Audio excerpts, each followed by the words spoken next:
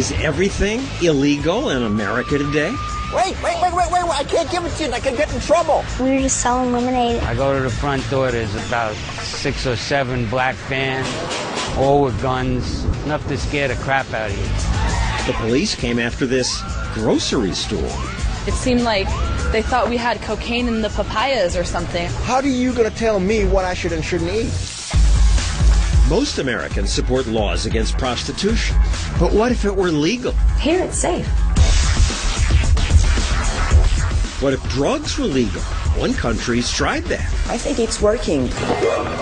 But not in America. Here, politicians keep passing more rules. Every day I look over my shoulder, okay, what are they going to find illegal tomorrow? You have no idea what you're up against. This could happen to you. Show me the man, and I'll show you the crime. You say if you followed me around, you'd find 3 felonies? So that's actually an understatement. In America these days, it's like everything is illegal. What's more American than opening a lemonade stand? Would you like some lemonade? Yes, please. Who's first? Thank you very much. Oh, thank you so much. Thank you. Appreciate it. For years, kids have set up stands like this. But today, watch out. The police may bust you. I was like really scared because I didn't know what was going to happen. We were just selling lemonade in our front yard for about 3 days. And the 3rd day, the police decided to shut us down. Their mom heard the police yelling. And I could hear them from inside my house yelling at them. Girls, you have to shut the lemonade stand down. It made me want to open my own stand here in Fox's front yard. There's a cop over there. Will the police bust me? There are so many vague laws that everybody arguably could be caught up in it. Lawyer Harvey Silverglade says America's avalanche of new laws, this is just what the feds added last year, makes criminals of just about all of us. Every citizen arguably could be shown to have violated some regulation in these stacks, and that's the danger to liberty. The police never told these girls why they were shut down. My husband stopped at the city hall to try to find out, and the city official laughed at him and said, "Really? They shut your lemonade stand down?" And he says, "Yeah, I'd like to see what law I'm breaking." She didn't even know. Eventually, the police chief explained. We were not aware of how the lemonade was made, who made the lemonade, or what the lemonade was made with. We understand you guys are young, but still, you're breaking the law, and we can't let you do it anymore. Appleton, Wisconsin shut down these girls' lemonade stand. And these kids in Texas were stopped too. They said that you needed a permit to sell. In Hazelwood, Illinois, Caitlin and Abigail Mills sold Girl Scout cookies from their own front yard. But then the city sent them a letter ordering them to stop. I looked at it and I was like, "What? Cookies? Come on, it's Girl Scouts." All these people ran afoul of laws they didn't know existed and still don't understand. They're ununderstandable. Not only to people like you who are not lawyers, to people like me. I am a lawyer, and I can tell you, They're incomprehensible to you. They're incomprehensible to me. Even the police don't understand. She said the Roberts Kids Lemonade stand violated the law, but 2 officers the previous day bought lemonade from them and tipped them. in Scottsdale, Arizona, Dr. Reed Tarazi is accused of breaking the city's nuisance and property maintenance ordinance. His crime? This tree in his backyard. It's the wrong kind. They said if you don't remove the tree, you'll be fined $2,000 a day. Or I could face imprisonment for 6 months. You bought the house partly because of this tree. Yes. But it turned out this tree wasn't on the Planning and Development Services Department's list of approved trees. It's odd because there are a bunch of them in the area. And so you point this out to the authorities, and they say what? Let us know who they are, and we will cite them as well. In California, Stephanie and Chuck Fromm were fined for holding Bible studies in their home. Need a conditional use permit, CUP, to hold meetings. Okay, and that's tricky. It goes down this road of traffic studies, earthquake studies, land studies. This can be tens of thousands of dollars. You then ask them, how many people make for a meeting? And the code enforcer and his boss that was there from the planning department said more than 3. And you have more than 3 kids. I have 5. What's up? Famous people accused of breaking the law can fight zealous prosecutors. They can afford the expensive lawyers who often get them reduced sentences or acquittal. But what if you're just an ordinary businessman and you import these guys? Watch out. you could go to jail for years. We didn't catch the lobster. We didn't see the lobster. Abby Schoenwetter used to import seafood. Then authorities said, "You're in trouble." I did the same thing for 13 years, over and over. Clear customs and FDA, bring the lobster tails in and sell them. Nobody in the government ever had a problem with that until that day when they walked up on the dock and said, "Don't offload your lobster tails." Customs shows up and says, "Stop unloading, put them back." We put them back, and we were wondering what the heck happened. They didn't really know the answer. We know that, you shouldn't murder and you shouldn't steal. Those are intuitive. That's old-fashioned. Now, the laws are much more technical and vague. The government eventually said he broke 4 obscure regulations that are on the books in Honduras. That said they had to be packaged in 40-pound boxes. We had them in plastic bags. Everybody was using plastic bags. I started in 1986 and was always doing it the same way. In the end, even Honduras said, no, you've got it wrong. It didn't matter. 7:30 in the morning. There's about 6 or 7 black vans. There's FBI, IRS, National Marine Fisheries Service, Customs. There's about 13 of them on my deck, all with guns. And that was just the beginning of Abby's nightmare. And you were sentenced to 8 years, 1 month. That's right, 8 years and a month. Maybe he was a repeat offender? Any trouble with the law before this? The worst thing I had was a speeding ticket. That was it. He served 6 years in jail. What's happened to your business?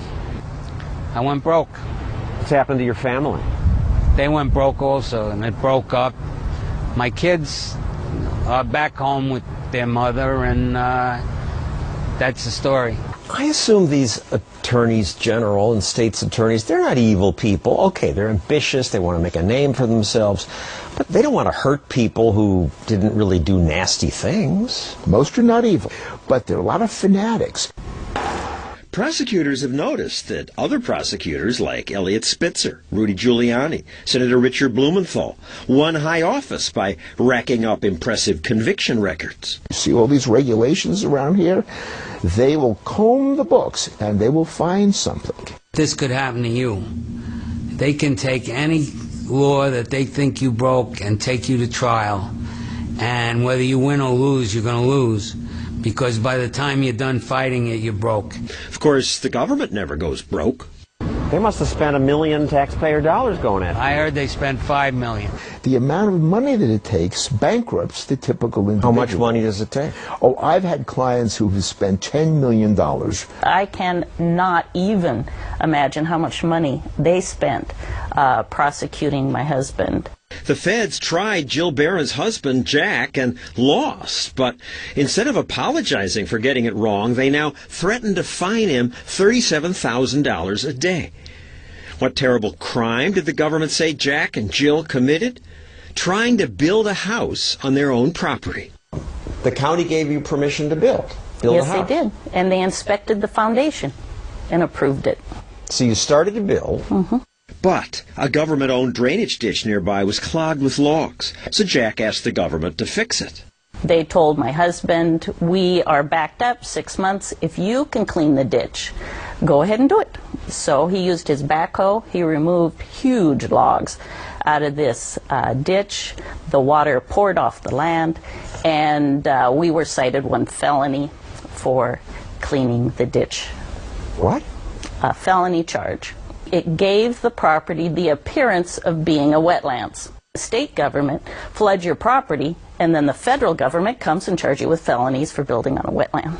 And it clearly isn't a wetland. Jack is digging a well here. He had to go deep down. He wasn't finding water. He was down about 8 feet, could not find a water table. I should repeat, a jury cleared Jack of all charges. And we won. But after we were home for a month maybe, the Army Corps of Engineers and the EPA sent us another letter saying how nice for you that you won in the criminal court, but we still feel it's a wetlands, and the decision made by the jury did not matter to them. And if you don't get off the property, we're going to find you civil. What does that mean?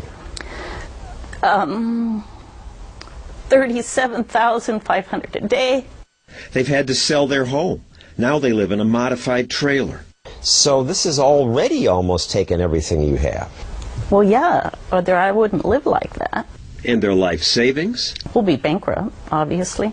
You have no idea what you're up against. You don't know the power that is the EPA. They have all the time and resources in the world. It's an implacable foe with unlimited budget, and they wear you down. They just come in and ruin lives. And so our government, that's supposed to be by the people, for the people, sometimes is against the people. Up next, why I had to do this. Wait, stop! Don't drink it! Wait, I can't give it to you. Don't drink it!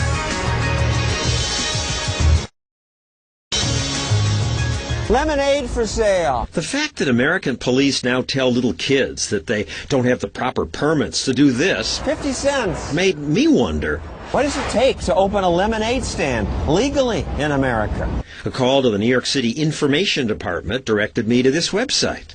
This is supposed to make licensing simple. Oh, the wizard. They make it easy. Except, what? There were unintelligible questions. I need an EIN assistant, says the IR. What's an EIN assistant? Oh, an employee identification number. The government said I had to take a 15-hour food protection class to sell lemonade. Bicycle injuries. Equip bicycles with reflectors. I don't have bicycles. After this, there's an exam. Then I have to wait weeks to find out if I passed. And if I did, I'd have to buy a government-approved fire extinguisher. I got my fire extinguisher. Might be a fire out here. To do this legally would take months. Forget it. So I did this without a permit. Fox's lawyer gave me the okay if I didn't actually sell anything. I had to give everyone refunds and get the lemonade back. Wait a second. I shouldn't have sold it to you. I have to get it back. Of course, my customers thought this was crazy. It's a silly law. Many had once had their own lemonade stand. Did you have to get a license to open the stand? I'm from Canada, and we did need a license for a lemonade stand. Wait. Actually, I can't let you drink this because why? there are so many rules here. I'm not allowed to sell this to you. I have to give you your money back. What are the rules? I didn't have time to get all the permits. What? In Pakistan you can do nothing. You didn't need any permit in there. That's how it used to be in the United States. It was once easy to start a business here. Back in the 1920s, you take a poor, illiterate Irishman or an Italian, he goes out and buys a used car, paints the word taxi on it, and he's in business for himself.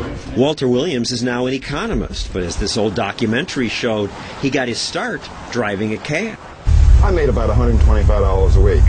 But today, he couldn't buy a cab in my town unless he was a millionaire. Politicians here and in most cities now require every aspiring taxi driver to buy one of these medallions. No medallion, you're not legal. But these medallions now cost $1 million. Yes, very expensive. So expensive that only big companies can afford that.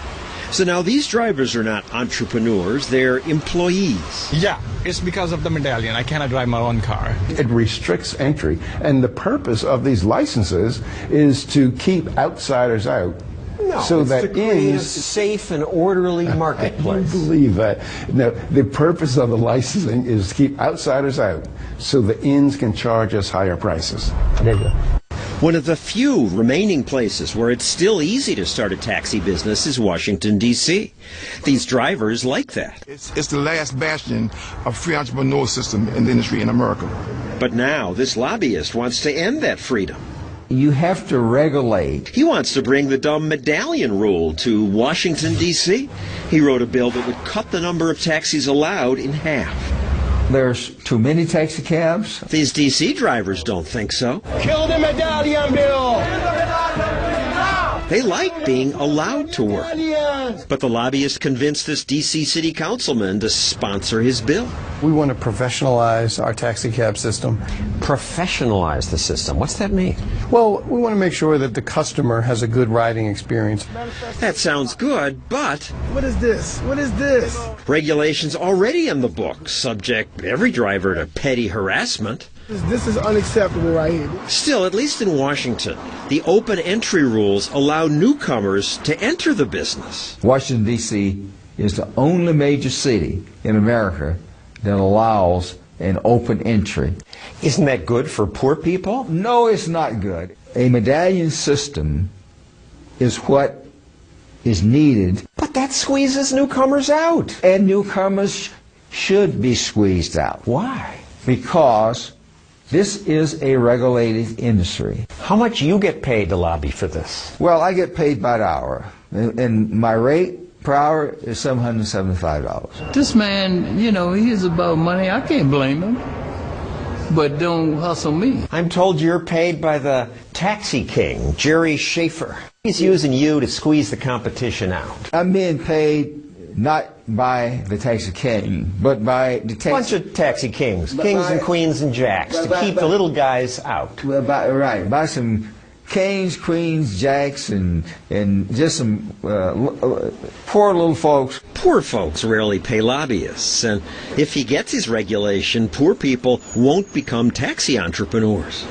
But only a few are going to be able to afford it, if any. Washington has been sort of an open place for taxis, being able to become a taxi driver. That's good. We love it. So why monkey with good? When folks have some ideas about different legislation, our job is to implement it. You've only been here 4 years. How many laws have you gotten passed? Oh, many. We are very active here in my office legislatively. You ever repeal any? No, I don't think many have been repealed. Passing new laws adds to the power of politicians, but it makes it much harder to be an entrepreneur. They're going to run me out of business. I'm trying to get out of here!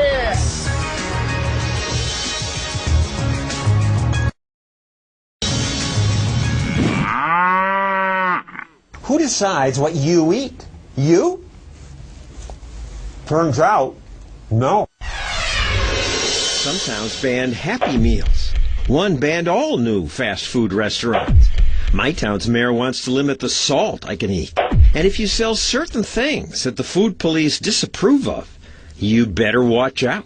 There was a loud banging on the back gate. And I said, what's going on? He goes, we have a warrant to search the premises. Not long ago, federal and state officials raided Rawsome Foods, a food co-op in Los Angeles. They started walking around. They drew their guns, and I'm like, why are you drawing guns? They searched me. It seemed like they thought we had cocaine in the papayas or something. Their crime was selling milk that hadn't been pasteurized. They just went into our freezer and they just took gallons and cheeses and whatever they wanted. A year later, the government raided again.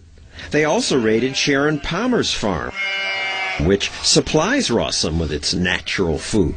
These people come and invade, ripped my house apart. They took me down to the county jail, booked me, photographed me like a criminal. Palmer and Rawsome's owners were charged with 6 felonies. They could go to jail, all because health officials say raw milk can be downright dangerous. It can. Unpasteurized means the milk hasn't been heated to kill the bacteria like salmonella that can give you stomach aches or kill you. But raw food buyers say things like this. It's pure and healthy and makes me feel good. Oh, please, that's ridiculous. But don't free people have a right to be ridiculous? The hell? This is America. How are you going to tell me what I should and shouldn't eat? Right. I eat lots of Dove bars. These aren't good for me. I also eat chicken. The CDC says because people don't wash chicken properly, bacteria in it causes lots of illness and many deaths. But we don't ban chicken. When the government gets between my lips and my throat, I call that an invasion of privacy. Joel Salatin's one of those back-to-the-earth foodies. Hey, pig. Why do you want to drink raw milk? Because I want to. I think it's healthier and it's good for me, and I've drunk it all my life, sometimes legally, sometimes illegally. Most states ban the sale of raw milk, just as they ban unlicensed lemonade stands. Wait, I can't give it to you. Don't drink it. I can get in trouble. Although my lawyer told me that if no one drinks it, I have to get it back. And I don't make any money, then this is probably legal. You're silly.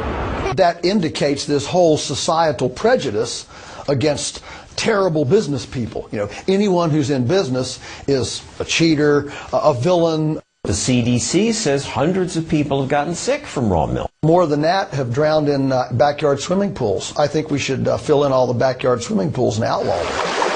Life is risky. You can die from it. I mean, ultimately, you and I should be able to choose our risk. I mean, I think eating Cocoa Puffs and eating Twinkies and drinking Mountain Dew is risky.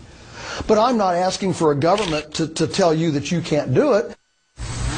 For 30 years, Salatin's farmed 500 acres in Virginia. Hey, turkeys. And he's seen government pass more and more rules. Every day I look over my shoulder, okay, what are they going to find illegal tomorrow? Salatin would like to slaughter his own animals to sell to his neighbors. But as with raw milk, it's only legal if he doesn't make money. You can go into the woods and shoot a deer, put it prominently on the hood of your blazer like an ornament, take it around town in the afternoon sun for a couple of hours, and then take it home, string it up in a tree until you skin it out, cut it up, and feed it to your children. And that's being a great American.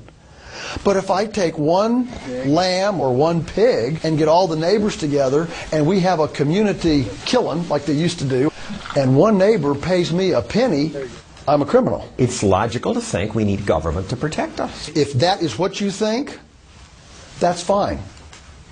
Go ask for government protection.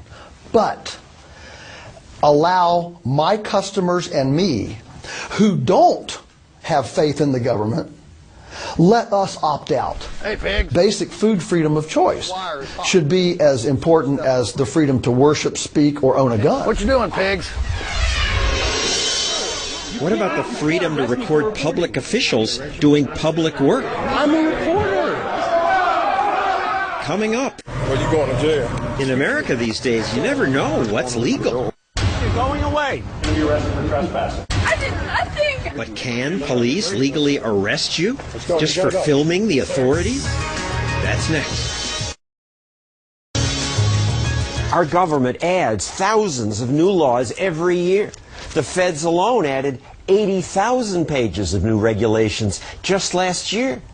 Add in state and local laws, and we're drowning in rules. So just disobeying one of these could lead to the police locking me up. So given that the police have the power to lock me up or shoot me, it's important that we be able to keep an eye on them. Fortunately, that's easier today because even our phones have cameras. And a camera is a powerful tool for, as the Romans said, watching the watchman. You're going away. You'll be arrested for trespassing. I did nothing. The problem is that often the watchmen don't want to be watched. In Jones County, Mississippi, a highway patrolman told Pete Ayer, "Stop your RV." Pete's an activist who likes to videotape encounters with authorities. Yes, sir. Open that side door for me, man. Turn that camera off, too. What's that? You filming? Yeah. Turn it off. How come? Are you filming me? Yes. Turn it off for me. He'd broken no traffic laws, but maybe the police were suspicious of shirtless, tattooed Pete and his big trailer with New Hampshire plates. Pete's friend filmed the encounter and said, I would like to keep everybody accountable in this situation. Apparently this officer didn't like that. Okay. Another arrived and said, I'm not shutting it off, officer. Well, you going to jail? Excuse me? The cops grabbed his camera and arrested him and his friends. They held us in jail, wouldn't let us make phone calls. After about 12 hours, the police let them go. They charged me with possession of a beer in a dry county because there was one unopened beer in the refrigerator of the RV. They had nothing else to stick on me. They couldn't charge him with filming the police because that's legal. And that's a good thing. Just outside my office, a cop claimed a bicyclist rode into him on purpose. But then this video turned up and showed that the officer was the aggressor. That cop was eventually fired. Maybe video like this is why some don't want to be filmed. You guys need something? This is my front yard. I'm just recording what you're doing. It's my right. Actually, not from the sidewalk. This is my yard. In Rochester, New York, when Emily Good heard police stopping a driver outside her house, she went out on her front lawn to film the encounter. One officer didn't like that. You're behind us officers when we're doing a traffic stop. I'm allowed to stand in my yard. We'll stand in your house. I'm allowed to stand in my yard. I'm going to stay in. I was in cotton pajamas. You could tell I was holding nothing. I don't think that there's any reason to feel threatened. All I have is a camera. I'm clearly wearing nothing. I have no weapons. It does not matter. You know what?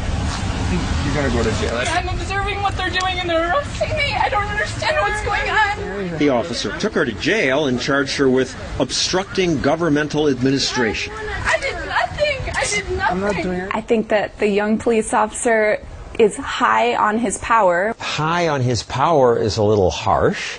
he's doing his job.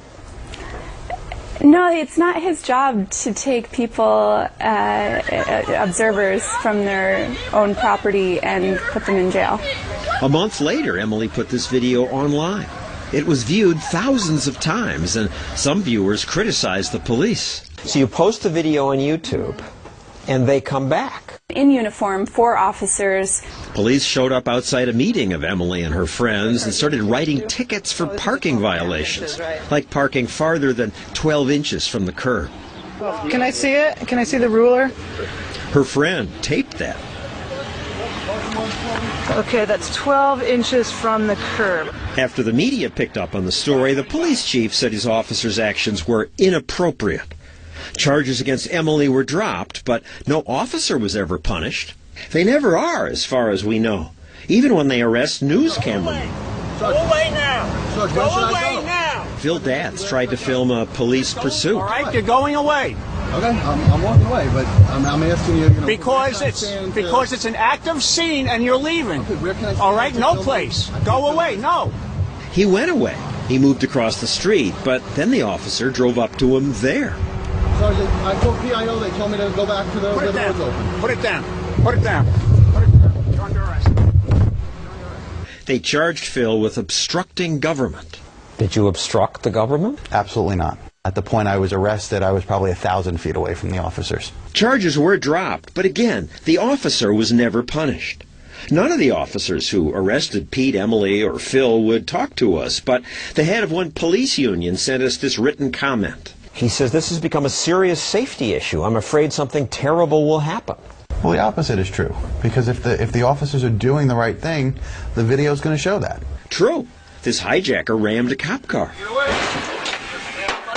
The officer shot the hijacker, killed him, and then was exonerated of murder because this video showed he'd acted in self-defense. Are you recording me right now? Yes. Some officers now understand that it's just part of the job to be filmed. If you're a police officer, what do you want to do? Make sure it's safe, right? Correct. Well, it should look good on YouTube either way. So let's give 3 cheers for Officer Matt Lyons of Oceanside, California. Make sure you get a good picture of me so you know exactly what I look like. It's refreshing to hear an officer welcome the camera. And remember, my name is Officer Lyons with the Oceanside Police Department. My badge number is 1093. God bless America. Coming up, should they have the freedom to sell sex? And should they have the freedom to get high? Legal drugs and sex work when we return.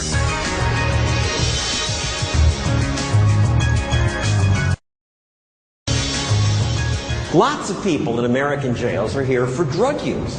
And that's ironic because the people who make the laws and enforce them, many of them admit they use drugs.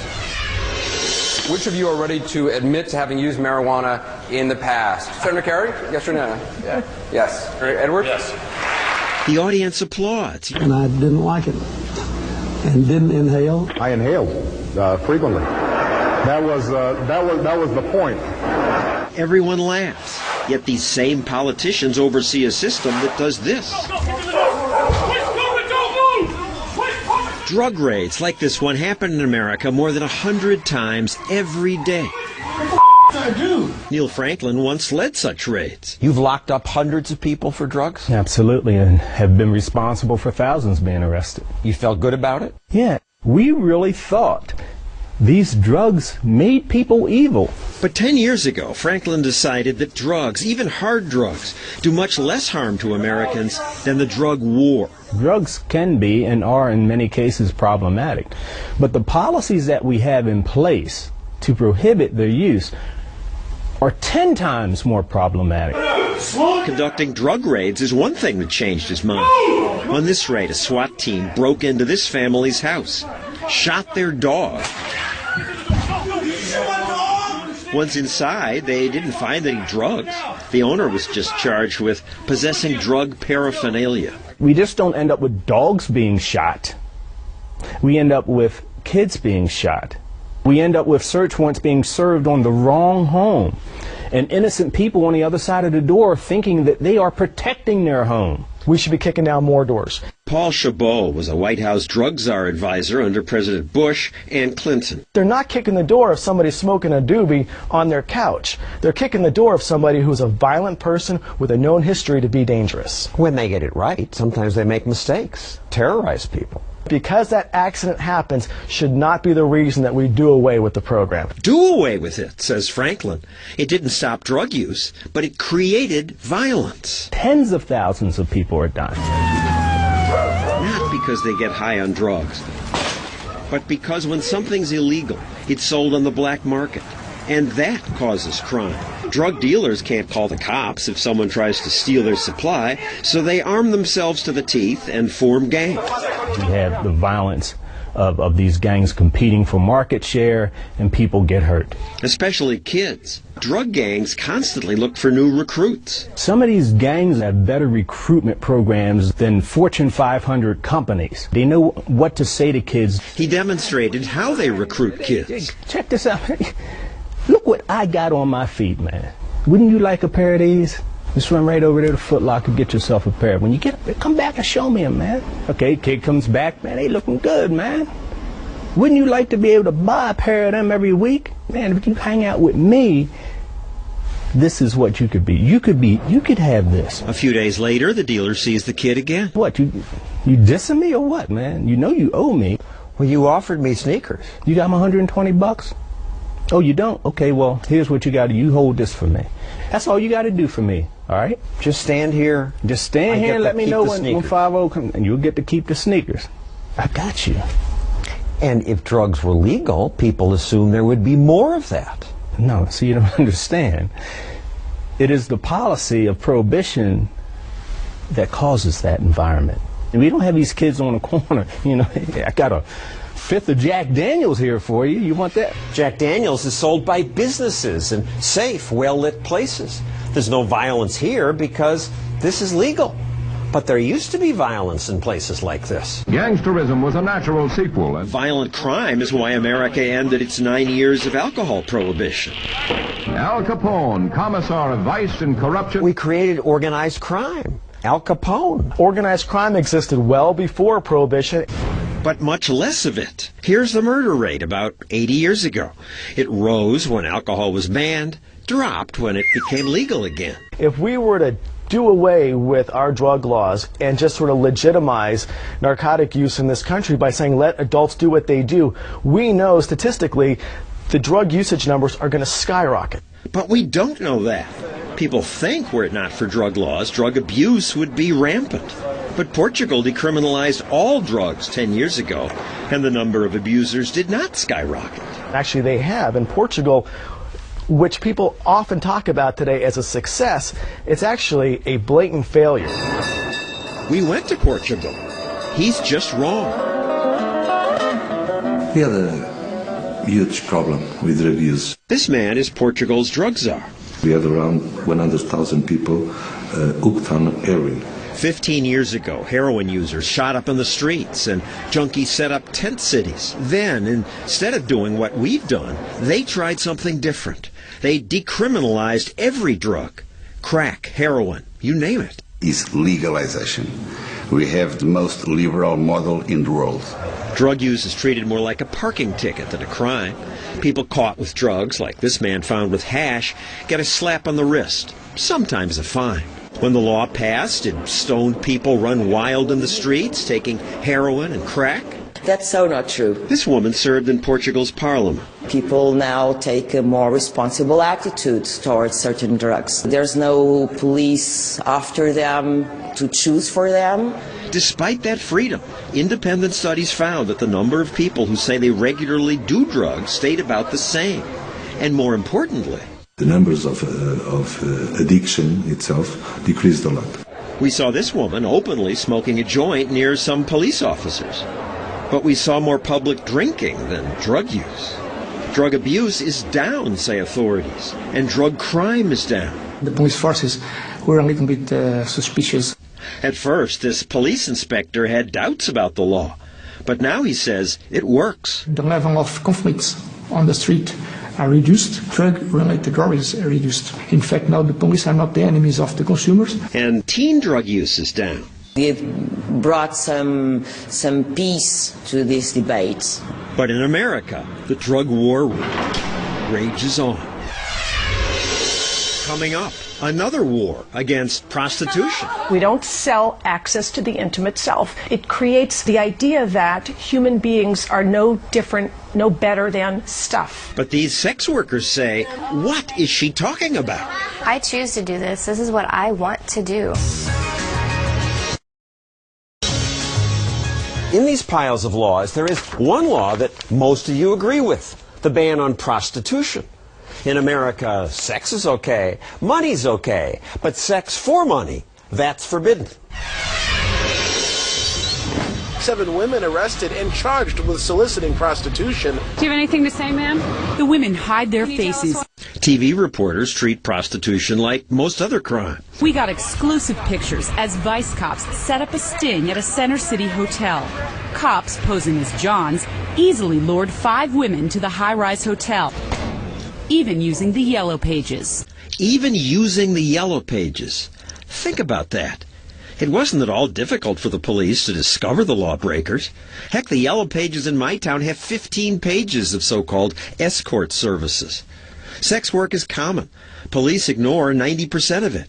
Yet when they do make busts, the implication is that the police saved the prostitutes. Jail just may be the safest place these high-end hookers have ever been.